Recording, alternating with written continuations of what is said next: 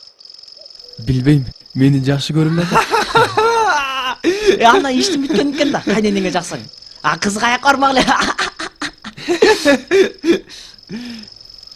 Келгенден бери эле үйү тыйылбай койду ушун эмен. Кыз жыргар жерин ыйлап барат дейт. Тым кой ыйлай берсин. Сен эмден коркот беле? Нервиң бузулат экен да быркылдап эле атса. Эми энесин жыттап эмчегинен эпейип алсын. Тыйылып калат анан. Бырылдаган жок. Тыйылса болот эле тажат жүрдү адамды. Дагы бир жолу ыйласаң, энеңе кошуп берем деп коркутпайсыңбы? Коркуп калмак беле. Антсем кайра сүйүнбөйбү? Тим эле артын карабай качар безилдеп. Анда ошентип көрбөйсүң. Биз да көрөлү кантип тызылдап качар экен. Апасынын кызынын үстүнө алтын кошуп берсең да албайт. Кызын өзү эле таштап кетет, көрөсүң. Күйөөгө кетире албай тажап жүргөн эме да. Анын үстүнө кызына келди дейсиңби? Канча ачуу асар берет, канча калың берет деп келди да течактан бери сукулдап. Анан эле көбүрөөк акча берип койгулачы. Жөнтөгүн ушалап сүйүнүп кетпейби? Калыңды катырып берип кой. Кызын өзү эле жеткизип келип турат, сен сабаган сайын. Көбүрөөк акча өртүп жандагы экөөнүн жашырагын таштап кет дебейсиңби? Сразу таштап кетсин. Конечно, ошентет. Таштап кетет. Ошентет, көрүп эле жүрөбүз го. Так что, досум, кептин баары кызда эмес, балада да эмес. Кептин баары акчада. Ошо да, ошо. Конечно. Энемин да кокуй. Санаам чыдабай. Кызым кандай жерге туш болду экен деп, ичкеним ирим, жегеним болуп, жетип келбедимби? Анан эмне кудагый? Баарыбыз эле ушинтип балдар деп жашап жүрбөйбүзбү? Балам бактылуу болсо экен, кыйналбаса экен деп ойлой турбайсыңбы биринчи очередь? Оюбуздун баары, санабыздын баары ушу балдарда. Кызыңыздын ырысы тодо экен. Сонун жерге туш келе отурбайбы кудагый? Ага шендик кудагый. Анысын көрдүк, жакшы жерге келиптир. Ооба. Кудагый. Мен силерге чын дилимден ыраазы болуп отурам. Кызым силердей болгону алтындай кишилерге туш болгонуна жетине албай отурам. Рахмат, кудагый, рахмат. Ай, кудагый, мындай сөздү укпаган кулакты кесип эле салыш керек. Коюңузчу. Күйөө баланы көрдүк. Ыйманы ысык экен. Рахмат, кудагый. Түз ийгиден түңүлбө деген бар. Силердей болгон алтындай адамдардан туулган бала жаман болчу беле. Ушундай ичтеринде кир арамы жок сонун кишилер экенсиңер. Билип койдук, кызыбыз жыргаптыр. Ооба. Эми кудагый. Силердей алтындай болгон кудаларым үчүн уу болсо да алып жибереличи. Кудагый. Кана алып койгула.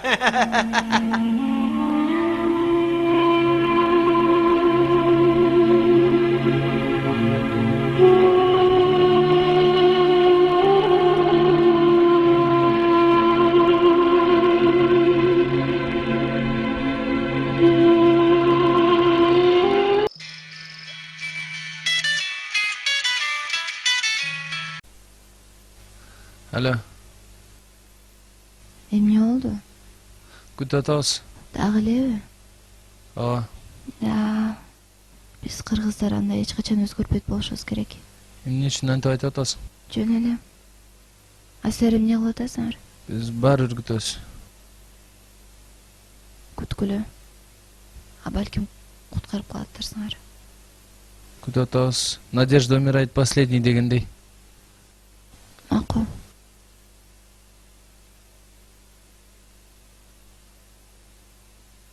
Терүүдөн тердим кезекти, мен кудагыйга бердим кезекти. Тос есин тапты. Кана. Азыркы ырларды жакшы көрөм. Көбүн билем. Бирок ушундай кезде илгерки эски ырларды ырдаганды жакшы көрөм. Мейли кудагый, ырдаңыз. Жеримдин көркү ала бел, жегениңден ала кел. Жабыгып турат жаш сулуу, жанынанын бар кел, кайгырып турат жаш сулуу, калтырбай аны ала кел. Жайлоонун көркү ала бел, жайкала чорго кара кел, жабыгып турат жаш сулуу, жанынан кабар ала кел. Ыйлатпай жапжаш сулууну, ылажы болсо ала кел. Кыштоонун көркү ала бел, кызымдан кабар ала кел. Кыйналып турат жаш сулуу, кыйнабай кабар ала кел. Бозоруп турат жаш сулуу, боздотпой аны ала кел. Ыр эмес бекен я. Кудагый, үйүнүңүз укмуш экен. Кызыңызды ала кетем дегениңиз кандай? Окуй, ошентип айтып салдымбы? Ооба, ошонтип эле айтып салдыңыз. Мен чочуп калбадымбы? Кызыңызды алып кетет экен деп. Ой, Кудайыр, кудагый, мас оюндагысын айтат болгон турбаймынбы? Эчтеке эмес. Ой, ыр деген ырдала берет. Эгер зыйнатка жакпаса, мага жагат. Кудагый, мага да бериңизчи. Ырдаса ырдайм. Керек болсо таң аткычакты деле ырдап берейин. Кана ырдап бериңиз, кудагый. Кудагыйма жаккан бир ырды ырдап берейин. Кана. Ырдаңыз, кудагый. Кана ырдап коюңуз. Өткөн өмүр өкүнтө тарга барыбы, өкүнгөндө жете бар пайда барыбы, күлкү менен шат менен таң аттырган, гүл жашай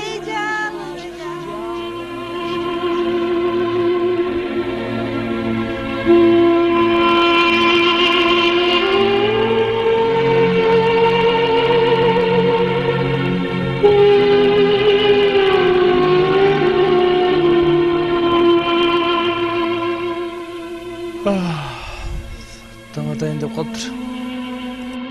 Эми эмне кылабыз? Билбейм. Өз апасына кереги жок кызды ким куткарат? Биздин колубуздан келбейт экен. Родственный отношениябыз жок экен биздин.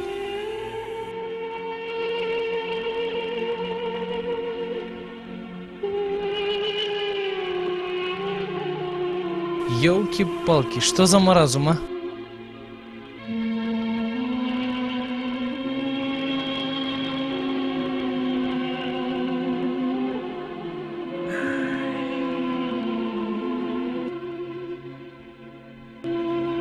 Апа, мен калдымбы? Балам, кыздын барар жери күйүү дейт. Апа, мен тие турган жигитим башка болчу. Бул деле жаман бала эмес экен.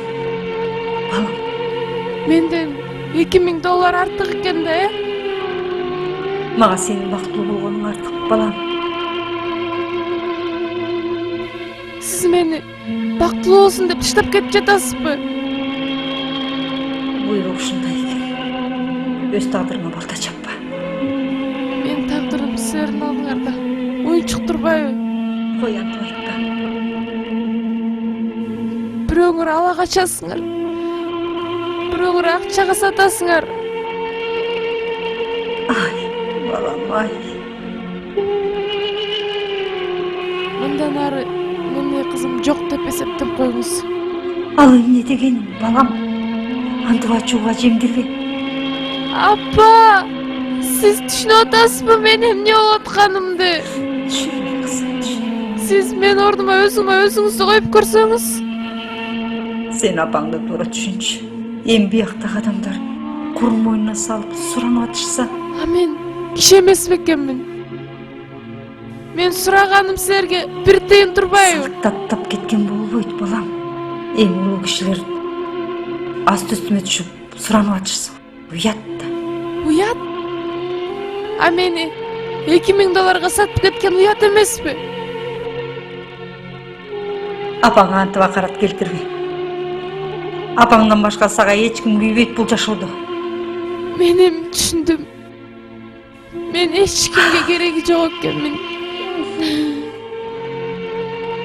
Учу, берекем, күлөкөм. Алчуңарды алсыңар. Бачуңарды басыпсыңар. Көксөңөр сууптур. Бара бериңиз апа. Күлөкөм. Бирок эсиңизде болсун. Баары бир мен бул үйдө жашай албайм. Жашай албайм. Ой балам.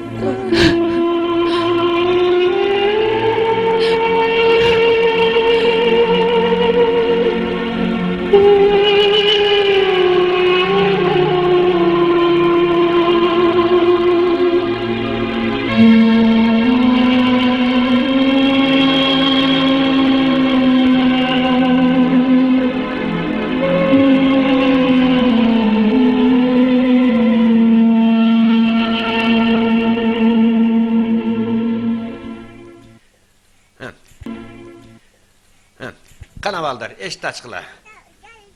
Жакшы калыңыз, Кудагай. Жакшы калыңыз. Aman bolğulam, жақсы ора Құдағай. Кел ой балам. Mana Құдашалар, айланайындар, aman bolğular. Gel, düşe koyğular. Жақсы орла, maqul emi, жақсы ора koy. Кудагай. Көңгүчө жакшылап карагылачы. Жаш неме өзүн бир нерсе кылып жибербесин. Сарсана болбоңуз Кудагай. Баары жакшы болот. Жакшы болот баары. Болуп берем, жолуңар шыдыр болсун. Жакшы баргыла Кудагай. Макул, жакшы калыңыз. Жакшы баргыла. Жакшы барыңыздар. Жакшы баргыла.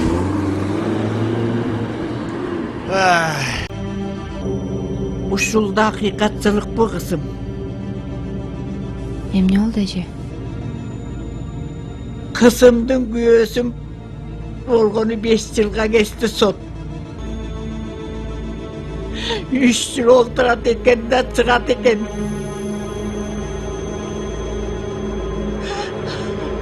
Ha menin alinam yok.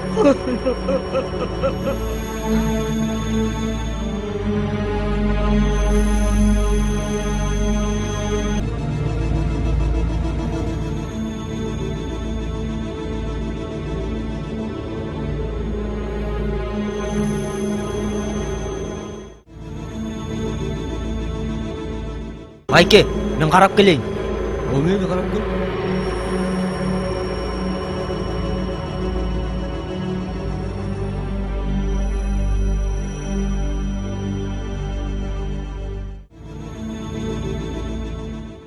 Майке, мен сүйлөшүп чыгайын. Сүйлөш. Бирок абайла эл көрбөсүн.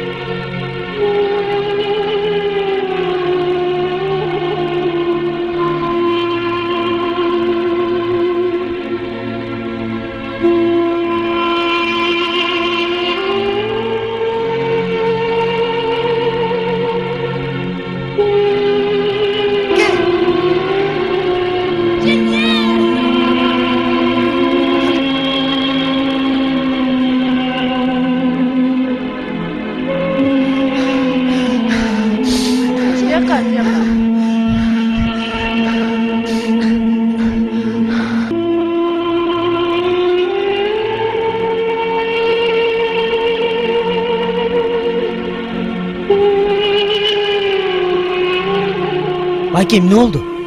Учурунду алып келип калыпсыңар. Аман алып калдык. бактысы бар экен. Психоневрологияга которобузго буюрса баары жакшы болот балдар. Рахмат байке сизге.